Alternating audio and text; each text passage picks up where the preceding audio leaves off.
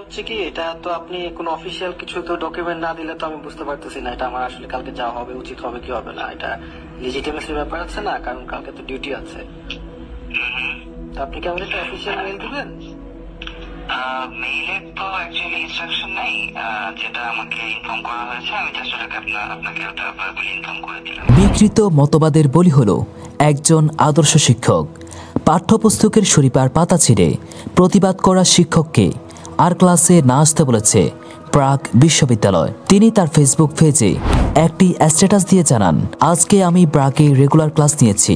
আমাকে এইমাত্র ফোন করে জানানো হয়েছে আমি যাতে বিশ্ববিদ্যালয়ে আর ক্লাস নিতে না যাই। আমি জানি না হঠাৎ করে এই সিদ্ধান্ত তারা কেন নিল, আমাকে কোনো কারণ তারা দেয়নি। গত শুক্রবার রাজধানীর কাকরাইলে ইনস্টিটিউট অব ডিপ্লোমা ইঞ্জিনিয়ার্সে বর্তমান কারিকুলামে নতুন পাঠ্যপুস্তক বাস্তবতা ও ভবিষ্যৎ শীর্ষক সেমিনারে তিনি বলেন, এখন ভাই নতুন আইন প্রচারিত হচ্ছে, আপনারা এটা হয়তো জানেন না। বাংলাদেশে আইন হবে যে যারা ট্রান্সজেন্ডার, যেসব ছেলে নিজেকে মেয়ে মনে করবে তাদেরকে স্বীকৃতি দেওয়া হবে, এবং এর বিরুদ্ধে আপনি যদি বলেন তার আপনার 1 বছরের জেল আর 50,000 টাকা জরিমানা। এরপর সেমিনারে সবার উদ্দেশ্যে তিনি বলেন, আপনাদের যাদের সামর্থ্য রয়েছে তারা এই বইটি বইয়ের দোকান থেকে 80 টাকা দিয়ে কিনে গল্পটির পাতা দুটি ছিঁড়ে ফেলবেন, পরে দোকানে আবার দিয়ে দিবেন, দিয়ে বলবেন সেটিকে অর্ধেক দামে বিক্রি করতে, যাতে মানুষ সতর্ক হয়।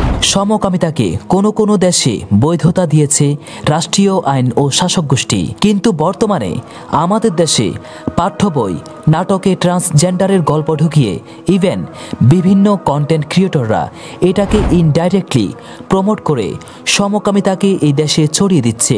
মানুষের মন মগজে নিয়মিত এইসব কন্টেন্ট প্রভাব ফেলছে এবং ধীরে ধীরে অনেকেই এটাকে নর্মাল ভাবা শুরু করছে। নিছক হাসি তামাশার টপিক না বানিয়ে সিরিয়াস হন।